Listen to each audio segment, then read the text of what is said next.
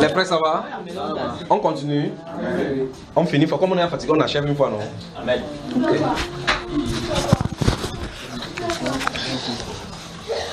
Demain, on se voit à quelle heure? 10h, c'est ça? Ok. Donc vous avez l'avant-goût de comment on est. Quoique c'est le frère assez connaît toutes ces choses-là. Un temps, on travaillait des 7h du soir, 19h jusqu'à 1h, 2h jusqu'à souvent 7h. Il fuit. Donc souvenez-vous, quand vous touchez de la Bible, je peux partir pendant une semaine, ça ne me dérange pas du tout. Alors on continue. Des questions? Oui mon frère. J'ai ma question, je ne sais pas si le moment est arrivé pour que... On réponde à cela. Oui. En fait, j'ai suivi dans les enseignements, vous parlez du Cameroun. Oui. Dans plusieurs enseignements. La relation de Dieu avec le Cameroun. Et dans un autre enseignement, je suis comment vous dites que le Cameroun et que Dieu a prêché, a parlé du Cameroun dans la Bible. Oui. Et que il fallait chercher. J'ai cherché. Je n'ai pas trouvé. Je n'ai pas trouvé. Ouais. En fait, je n'ai pas eu la lumière. En tout cas, non, en fait, tu as dit que je n'ai pas trouvé. C'est ça que je veux dire. J'ai même demandé au frère. Le frère m'a dit que mon frère. Faut chercher. Cherche. Mais j'ai écrit à la soeur. C'est de dire ce que ton mari t'a dit. Non, pas ça. Donc, pour que je sois un peu tranquille. Donc, si tu montes au Cameroun, maintenant tu es tranquille. Donc, ça va m'aider. À faire quoi, frère? Tu n'as pas quitté le pays? Non, pas quitter le pays. Il y a beaucoup de choses. Si tu montres maintenant que tu vas seulement brûler le Cameroun, tu vas faire comment? Brûler? Si en voyant le passage, c'est prévu que Dieu brûle le Cameroun, tu fais comment? J'y suis déjà, je ne peux rien. Donc tu ne peux rien, tu ne peux pas fuir? Je ne peux pas fuir. Ok. Maintenant, je vais t'aider. Et je vais t'aider de la bonne façon. La Bible parle oui ou non de la télévision. De façon claire. J'ai pas encore... Oui. La Bible parle de la télévision. Oui. La Bible parle de la télévision. La Bible parle de séries télévisées. Un monde la tête comme ça en descendant, elle fait un peu comme ça. Elle monte comme ça, oui, en descendant. Que oui et non. Frère, la Bible parle de la télévision. Oui. Où ça?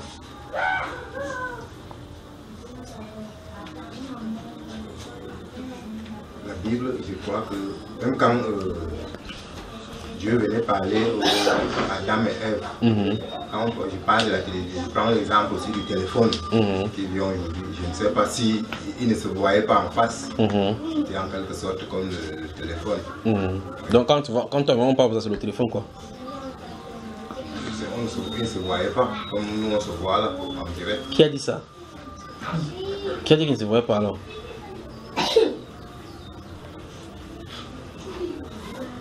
Donc, la question donc qui est posée, c'est est-ce qu'il y a la télévision dans les Saintes Écritures? Non. Non. Il a dit non.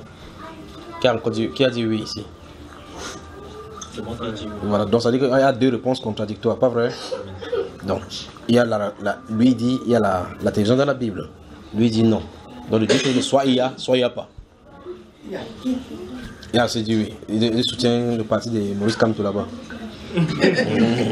Oui. Qui soutient celui-ci. Il y a des gens qui sont neutres, qui ne savent pas, ils ne sont ni de l'opposition, ni du pouvoir. Hein, confrère?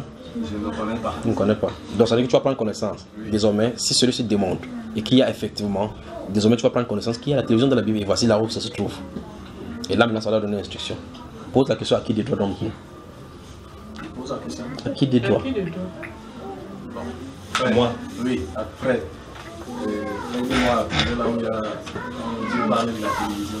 Tu m'as posé la question sur le Cameroun. Remarquez bien la façon, je veux que vous voyez la façon dont je vous réponds aux questions ici.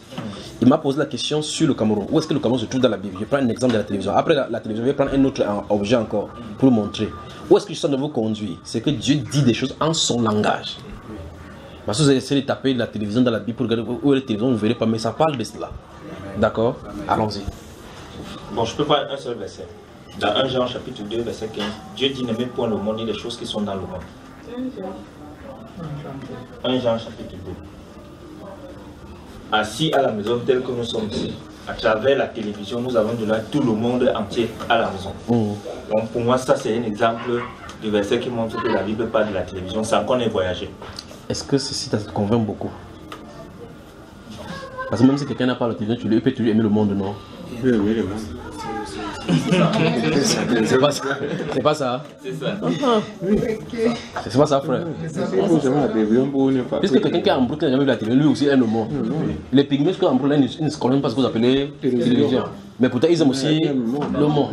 Deuxième verset. Donc il a dit que le verset ne convainc pas trop. Donc cherchez encore. Oui. Matthieu chapitre 24. Oui. Lorsque vous verrez l'abomination établie en lieu saint dont a parlé le prophète Daniel, Oui. nous ne serons pas en Israël. Oui. Et si nous sommes vivants, la seule façon qu'on va le voir, ce sera à travers la télévision. Là, ça commence à venir. Ça sera, Oui, ici, ça commence à venir. ça sera qu'à travers la télévision. Oui, ici, ça commence à venir. Donc, celui qui a la télé chez lui, ça c'est un verset qui montre que celui qui ne sera pas en Israël et qui aura la télé, celui qui, s'il est vivant en ce moment-là, ce n'est qu'à travers la télévision Qui peut le voir. Voilà. Donc, voici un verset qui symbolise un peu la donc, non pas qu'un peu, ça parle de la télévision sans toutefois nommer télévision. Ouvrez maintenant Apocalypse, je vais vous montrer quelque chose. Ouvrez Apocalypse chapitre 11. Que Dieu vous bénisse, peuple de Dieu. Amen. Apocalypse chapitre 11. C'est comment ton téléphone, tu es fatigué? Sa Bible est finie. Tout est blanc. Le moteur arrêté. Vous êtes dans le chapitre 11 d'Apocalypse. Écoutez très attentivement. Verset 1 et suivant. Ils ont ce qu'il dit stop. On me donna un roseau semblable à une verge en disant: lève-toi et mesure le temple de Dieu, l'autel et ceux qui y adorent. Mais le pavé extérieur du temple, laisse-le en dehors et ne le mesure pas, car il a été donné aux nations. Et elles fouleront au pied la vie sainte pendant 42 mois. Je donnerai à mes 2 témoins le pouvoir de prophétiser, revêtus de sac, pendant 1260 jours. Ce sont les 2 oliviers et les 2 chandeliers qui se tiennent devant le Seigneur de la terre. Si quelqu'un veut leur faire du mal, du feu sort de leur bouche et dévore leurs ennemis. Et si quelqu'un veut leur faire du mal, il faut qu'il soit tué de cette manière. Ils ont le pouvoir de fermer le ciel, afin qu'il ne tombe point de pluie pendant les jours de leur prophétie. Et ils ont le pouvoir de changer les eaux en sang et de frapper la terre de toute espèce de plaie, chaque fois qu'ils le voudront. Quand ils auront achevé leur témoignage, la bête qui monte de l'abîme. Et commencez à faire attention à partir d'ici. Oui, quand ils auront achevé leur ministère, oui. La bête qui monte de l'abîme leur fera la guerre, les vaincra et les tuera. Oui. Et leurs cadavres seront sur la place de la grande ville, qui est appelée dans un sens spirituel Sodome et Égypte. Là même où leur Seigneur a été crucifié. Oui. Des hommes d'entre les peuples, les tribus, les langues et les nations verront leurs cadavres pendant 3 jours et demi. Stop. En lisant, vous avez essayé de comprendre le scénario. 2 personnes qui dérangent la terre dans la position de Jérusalem. Ils sont là-bas. Ils finissent à un moment donné, on les tue. Leurs cadavres sont provoqués. Et on dit, ces enfants-là, et on dit que leur cadavre sera resté exposé pendant combien de jours? 3 jours et demi. Quels sont les gens qui vont voir? Des peuples, des tribus, des langues et les nations verront leurs cadavres pendant 3 jours et demi. Comment ils vont voir tout ça? La télévision. Vous voyez, n'est-ce pas? Continue, c'est pas fini. Et ils ne permettront pas que leurs cadavres soient mis dans un sépulcre. Et à cause d'eux, les habitants de la terre se réjouiront et seront dans l'allégresse. Stop. Les habitants de la terre. Pas les habitants de Jérusalem, de la terre. Pourquoi ils seront dans l'allégresse? Et ils s'enverront des présents les uns des autres parce que ces 2 prophètes ont tourmenté les habitants de la terre. Vous avez vu les SMS? Gars, on l'a eu. Vous avez vu ça? WhatsApp. Oui, on a eu les gars. Vous avez vu? Donc WhatsApp, Twitter, Instagram sont parlés là-dedans. Tu as vu ça, frère? Donc désormais, tu peux montrer à quelqu'un que la télévision se trouve dans la Bible, non? Oui. Voilà. C'est bon? Amen. Voilà. Maintenant, je vous pose la question. La Bible parle de l'avion, oui ou non? La Bible parle de l'avion, oui ou non? Où ça? Qui dit oui? Et qui dit non, et qui est neutre. À l'autre côté, les gens qui sont neutres là-bas. Oui. Je ne connais pas. Quand tu ne connais pas, tu es neutre. Parce que ce n'est ni oui ni non. Vous avez vu parler de l'avion dans les Saintes Écritures?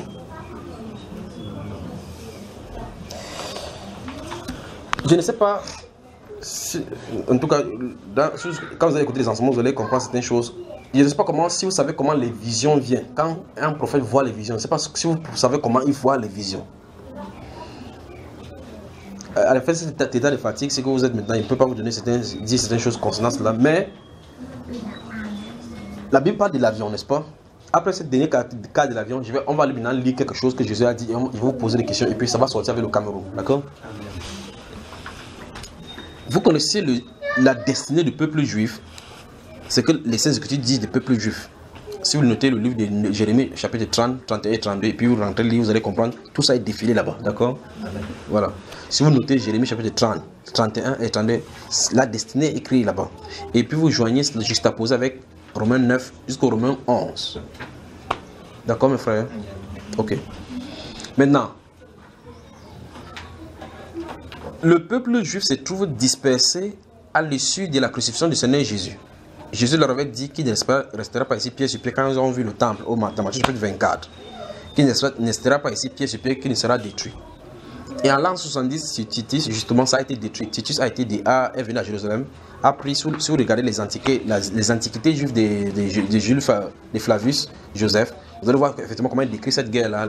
Durant ce moment, on a détruit le temple de Jérusalem, que les apôtres regardaient et appréciaient.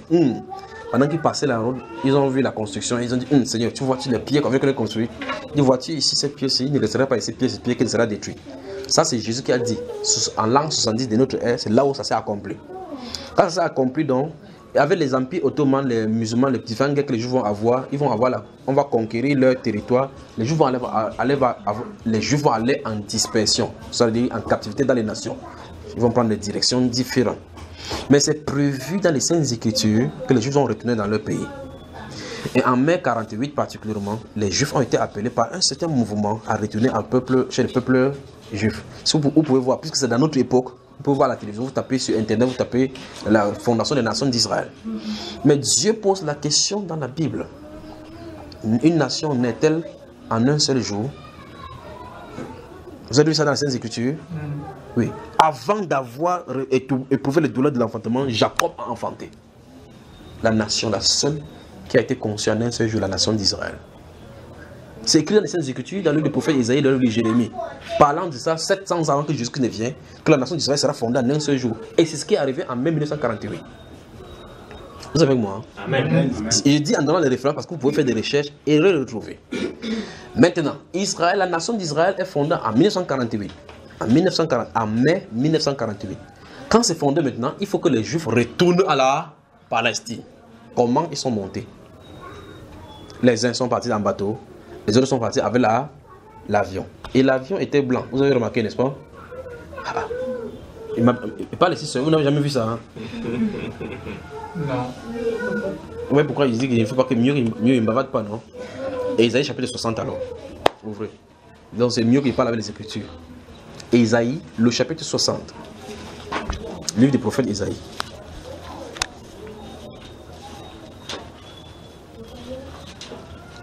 Isaïe, le chapitre 60. Préparez Luc, chapitre 24, parce qu'on va y arriver.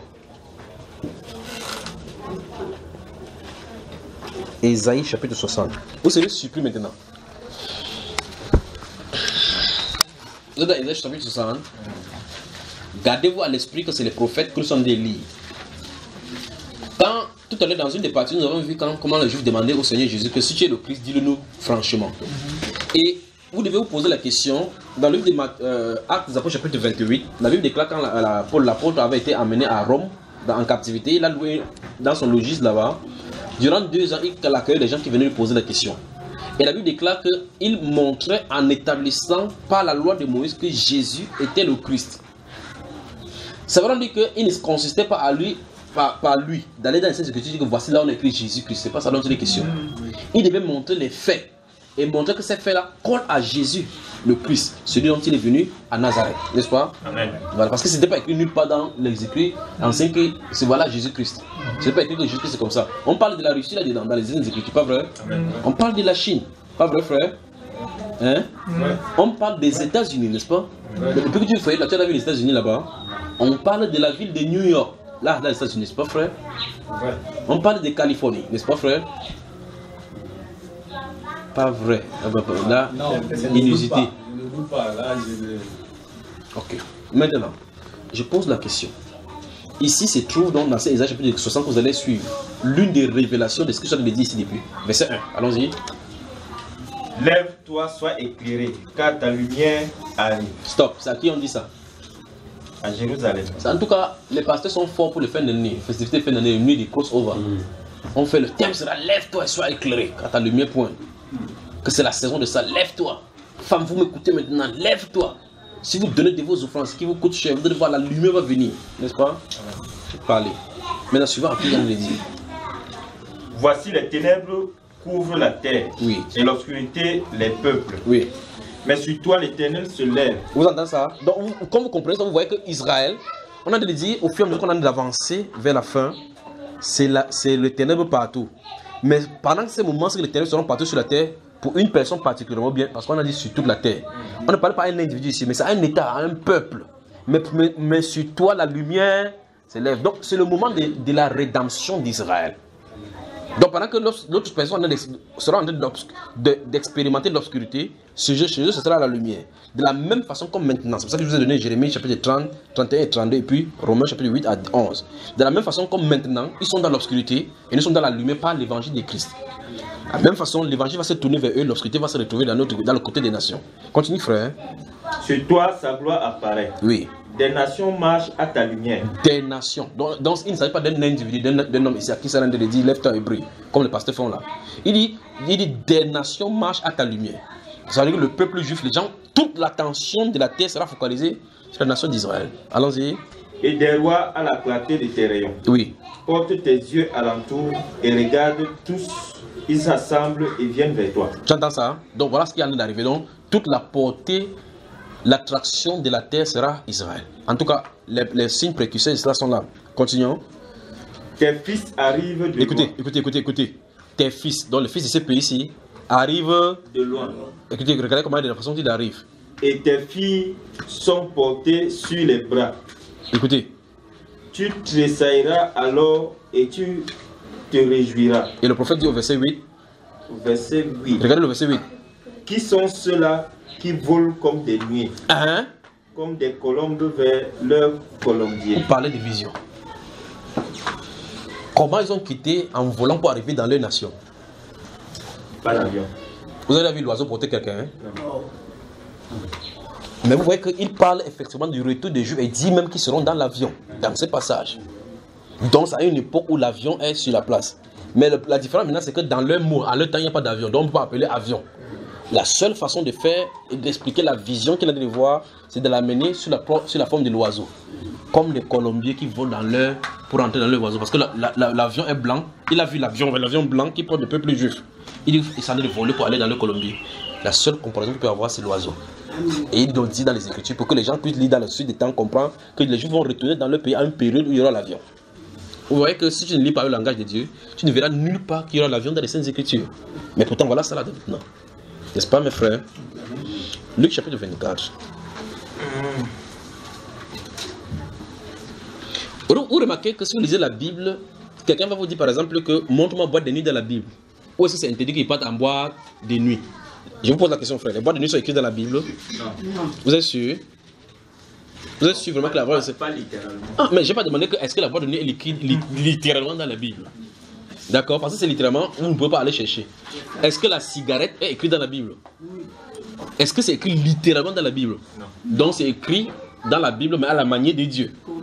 Donc maintenant, c'est arrêté. Non, c'est pas le problème que ce soit connu. Le problème, c'est que si ça Dieu met à son langage pour que, même si dans votre époque, vous changez le pot, comment ça va seulement se retrouver là-dedans. Parce qu'il est Dieu.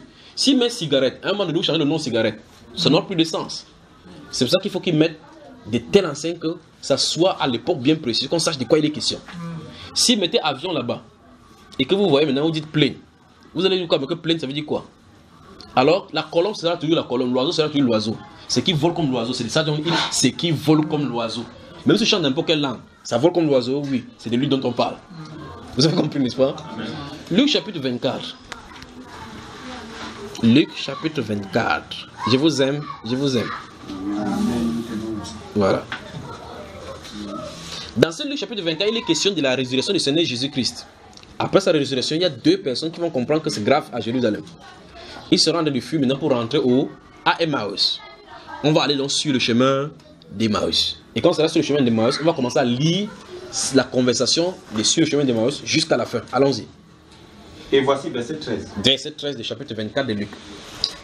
Et voici ce même jour, deux disciples allaient à un village nommé Emmaüs, éloigné de Jérusalem de 60 stades. Et ils s'entretenaient de tout ce qui s'était passé. Pendant qu'ils parlaient et discutaient, Jésus s'approcha et fit route avec eux. Mais leurs yeux étaient empêchés de le reconnaître. Vous entendez ça? Hein? Donc les deux personnes, c'est les personnes qui avaient marché avec Jésus-Christ physiquement. Ils sont de marcher comme ça, aux environs de 16h, 17h. Ils sont de marcher pour rentrer dans un chemin, dans un village appelé Emmaüs. Pendant qu'ils sont de marcher, Jésus-Christ se rapproche. Jésus-Christ ne se rapproche pas. Vous ne pouvez pas marcher à deux en train de causer. Quelqu'un vient vers vous sans vous saluer, sans que vous le conversez, sans que vous le regardez. Vous ne marchez pas comme ça. Quelqu'un vient dire bonjour, bonjour, commencez. Vous regardez quand même. Pas vrai? La bienséance voudrait que vous saluez avant d'entrer dans votre conversation. On dit pendant qu'ils marchaient, qu'ils conversaient, Jésus-Christ vient au milieu d'eux et il fit route avec eux. Mais la Bible déclare quoi, frère? Leurs yeux étaient empêchés de le reconnaître. Dites-moi, ils avaient porté les lunettes noires? Non. Ils avaient attaché le visage? Ils avaient porté le pagne sur le visage? Qu'est-ce qui les empêchait de le faire? Qu'est-ce qui les empêchait? Dieu lui-même. C'est Dieu. Dans le livre des 2 Corinthiens chapitre 4, la Bible déclare que tous les jours, quand on lit la loi de Moïse, un voile est jeté sur le cœur et empêché. Ce voile-là, ce n'est qu'en Christ que ça ôte. Donc, vous lisez la Bible, Moïse a dit telle chose. Et le voilà. La personne vient se tenir là-bas que de même que Moïse a élevé le serpent dans le désert, de même le Fils de l'homme sera élevé afin que quiconque tout lever le regard soit sauvé. Moïse avait élevé le serpent pour signifier que Christ vient, on va le lever. Donc le lève, il est à la croix. Quand il est à la croix, il le voit, il dit que, ok, sauve-toi toi-même. Pourtant, il est élevé pour le sauver. Ça, vous comprenez? Amen. Cette personne s'est voilée. C'est pourquoi il va prier à la croix. Père, pardonne-leur car ils ne savent pas ce qu'ils font. Ils sont dans l'ignorance. Donc ils sont voilés. C'est pas ce que vous comprenez. Amen. Voici donc ce qui se passe. Donc Jésus les voile pour qu'ils ne le voient pas. Quel est son intérêt? Alors voilà ses disciples. Quel est son intérêt à aller vers ses disciples et les voiler pour qu'ils ne comprennent pas? Donc vous voyez que si Jésus ne veut pas se révéler à toi, même si tu cries n'importe quoi, pleure, comme je veux faire, fais les dîmes comme tu veux faire ça, il ne viendra pas.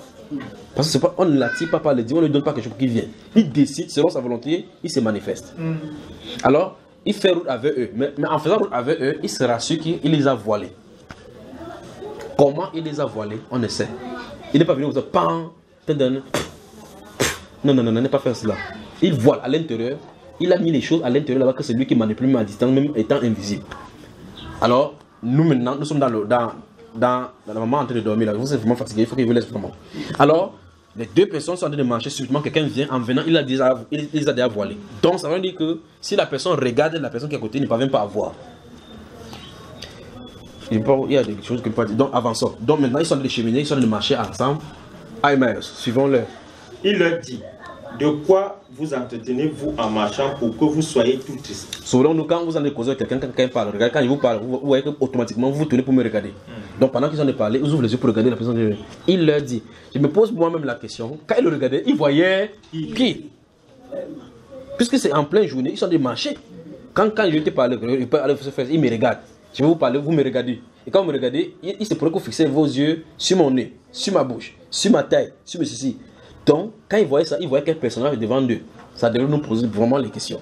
Donc, vous pouvez marcher en route, rencontrer Jésus, sans savoir que c'est lui. Amen. Vous pouvez le voir là-bas avec la pouce, avec le pouce en train de tirer. Vous pouvez le voir avec une charge, traversant devant vous, dire, la main, c'est... On m'a dit, si tu aides une main comme ça, va te jeter le serpent sur le corps. Et c'est Jésus que vous dites comme ça. Vous pouvez voir Jésus qui est en route là-bas avec le truc entre les mains. Grand frère, j'ai faim, j'ai faim. Je dis que regarde, on a dit qu'on donne comme ça, là, l'argent de quelqu'un disparaît à la maison. Et c'est à Jésus que tu dis ça. Vous avez lu ça dans Matthieu chapitre 25, non frère? Amen. Vous n'avez jamais lu ça, hein? Si. Ça se trouve dans Matthieu chapitre 25. Vous pouvez le rater là-dedans. Alors, ceux-ci marchent donc avec Jésus. Jésus fait comme s'il ne connaît pas. Il dit, mais vous allez même où comme ça que votre visage est triste comme ça, vous êtes triste comme ça, vous marchez où? Suivant leur réponse. L'un de nommé... Gardez-vous à l'esprit que nous sommes de parler du Cameroun. C'est les Cameroun qui sont de vouloir répondre. C'est pour ça qu'ils prennent toute cette tournure. Sinon, ne perdez pas le fil. Oui. L'un d'eux, nommé Cléopas, lui répondit. Oui. Es-tu le seul qui séjourna à Jérusalem ne sache pas ce qui est arrivé ces jours-ci? Il pose encore la question. Quoi? Leur dit-il. Il ne connaît pas ce qui se passe, frère. Il connaît. Et il lui répondit. Toute l'action de ce qui s'est passé ce jour-ci, c'est sur lui que ça s'est passé. Mais il fait comme s'il ne connaît pas. Mais vous là, vous partez au triste comme ça. Il me dit que toi, tu es le seul qui... Tu sors même d'où? Tout ce qui s'est passé, c'est toi, tu n'es pas au courant. Il dit, mais quoi est? Il dit que ce qui est arrivé, continue frère. Ce qui est arrivé au sujet de Jésus de Nazareth. Oui. Et c'est à lui qu'on a des adresses comme ça. Qui était un prophète puissant en œuvre et en parole devant Dieu et devant tout le peuple. Oui. Et comment les principaux sacrificateurs et nos magistrats l'ont livré pour le faire condamner à mort et l'ont crucifié. Oui. Nous espérions que ce serait lui qui délivrerait Israël. Donc ça veut dire que c'est quand ils ont vu sur la terre qu'ils ont chassé Hérode, chassé les Pilates. Ils ont dit maintenant que le film est fini. Quand le film est fini, chacun rentre au village. Alors il dit que nous espérons que ce serait lui qui délivrerait Israël. Mais avec tout cela, oui. Voici le 3e jour que ces choses se sont passées. Il est bien vrai. Hein? Il est vrai que quelques femmes d'entre nous ont fort étonnés s'étant rendues de grand matin au sépulcre. Oui. Et n'ayant pas trouvé son corps, elles sont venues dire que des anges leur sont apparus. Donc, oui, voici l'une des choses que les femmes pasteurs disent. Que non, les premières personnes qui ont vu Jésus-Christ, c'est les femmes. Et puis ça fait quoi? Ça fait que quand tu vois Jésus-Christ, ça fait que tu sois enseignant. Non. Que ça fait que tu sois pasteur. Bah, nous continuons ici, on arrive. Et ont annoncé qu'il est vivant. Oui. Quelques-uns de ceux qui étaient avec nous sont allés au sépulcre et ils ont trouvé la chose comme les femmes l'avaient dit. Mais lui, ils ne l'ont point vu. Il raconte comme ça l'histoire de Jésus, la résurrection. La personne qui est ressuscitée à côté de ça, lui qui raconte comme ça. Il raconte même sa propre vie jusqu'à sa mort à la personne. Ça va que c'est lui. Continue, frère. Alors Jésus leur dit: ô homme sans intelligence, oui. Et dont le cœur est lent à croire tout ce qu'ont dit les prophètes. Attendez, regardez.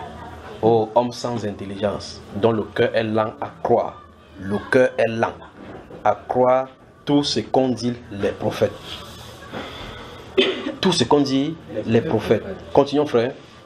Ne fallait-il pas que le Christ souffrit ces choses et qu'il entrât dans sa gloire? Oui. Et commençant par Moïse. Stop. Il a commencé par quoi? Moïse. Moïse a 5 livres. Genèse, Exode, Lévitique, Nombre et Deutéronome. Commençant par Moïse. Donc c'est ça, voilà les livres qu'on appelle Moïse. Donc on parle de Moïse, voilà les livres, les saints, la Pentateuque. Pentateuque, 5 livres. Penta, 5 livres. Donc les 5 livres, ça correspond au livre de Moïse. Donc, il dit commençant par là, parce que c'est le livre du commencement. Il a commencé depuis le début, oui. Commençant par Moïse, oui. Et par tous les prophètes. Par tous les prophètes. Souligne tous les prophètes. Donc, le monsieur de Jésus-ci ne devrait pas parler des prophètes à ces 2 gens-ci sans que ces gens-ci n'aient été au préalable au courant de ces prophètes dont il a de parler. Amen. Donc il les amène à la connaissance les prophètes qu'ils ont déjà écoutés.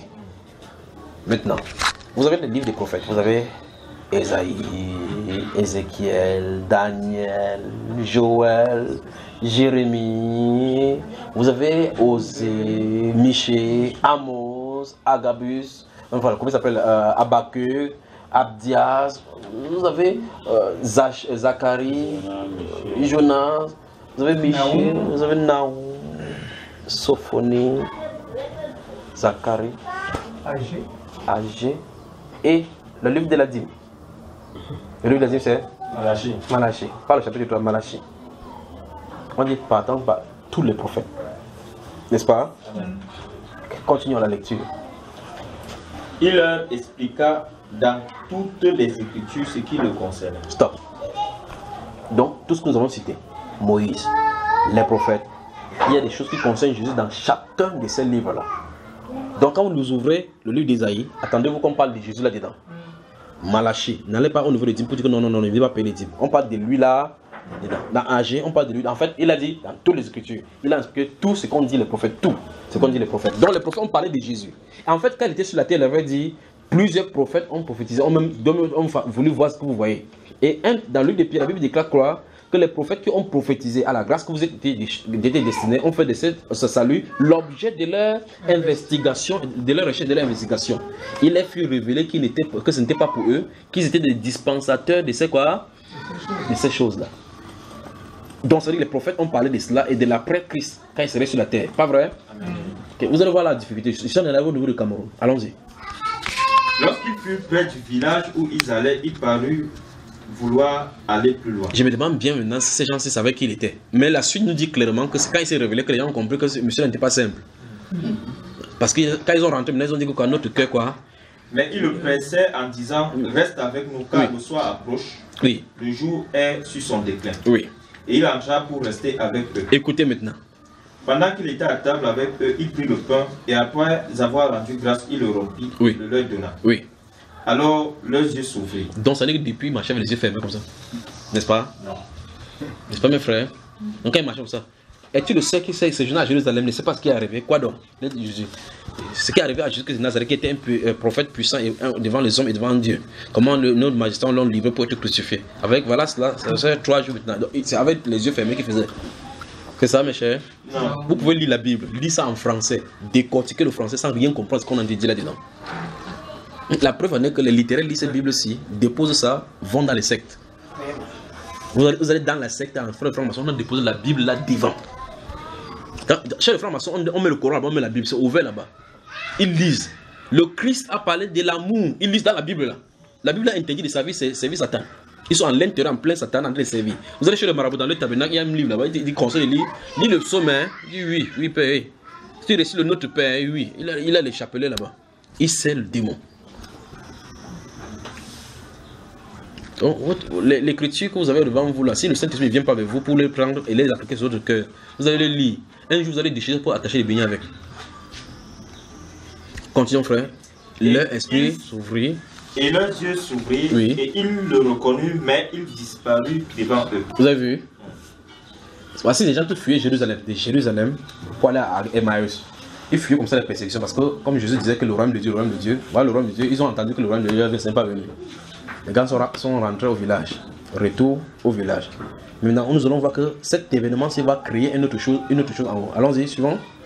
Et ils se disent l'un à l'autre, notre cœur ne brûlait-il pas au-dedans de nous lorsqu'il nous parlait en chemin et nous expliquait les Écritures? Donc c'est là où ils ont compris la personne qui était là. Parce que c'est pas normal, la personne qui parlait, l'Écriture entre dans eux là.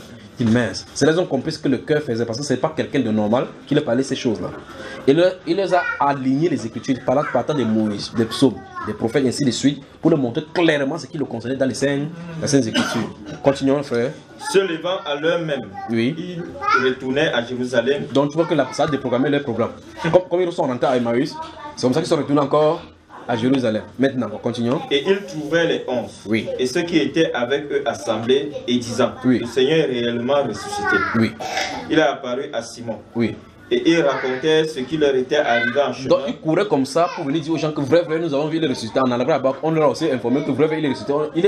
Il a apparu à Simon. Maintenant, eux, ils ont aussi dit maintenant, ok, ils nous ont aussi apparu en chemin, ils vont raconter l'histoire, Et comment il avait reconnu au moment où il rompit le pain. Pendant qu'ils sont en train de parler comme ça. Tandis qu'il parlait de la sorte, lui-même se présentant au milieu d'eux et leur dit, la paix soit avec vous. Alléluia. Amen. La paix soit avec vous. La paix soit avec vous. Continuons.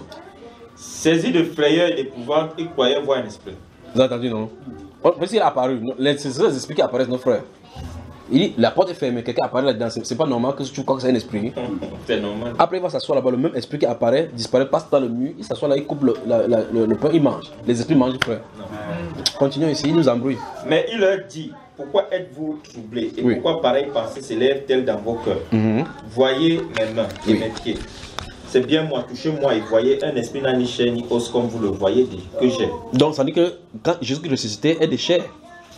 Mais quand il y a des chairs qui traversent le mur, frère. Hein, frère? Donc tu vois que c'est lui-même qui nous crée les problèmes comme ça, non?